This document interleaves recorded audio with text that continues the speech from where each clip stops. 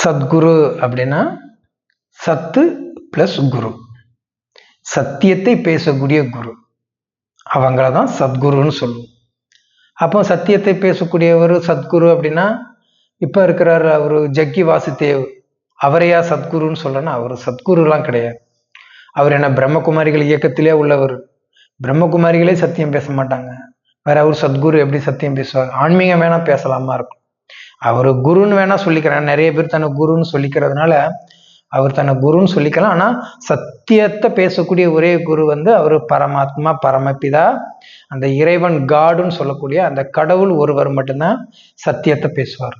ஏன்னா உடல் சரீரத்தில் இருக்கக்கூடியவர்கள் அனைவருமே கொஞ்சம் கொஞ்சம் உண்மையானவர்களாக இருந்தாலும் சரி, கொஞ்சம் கொஞ்சம் போலியானவர்களாக இருந்தாலும் சரி, கொஞ்சம் அப் அண்ட் டவுன்ல வருவாங்க.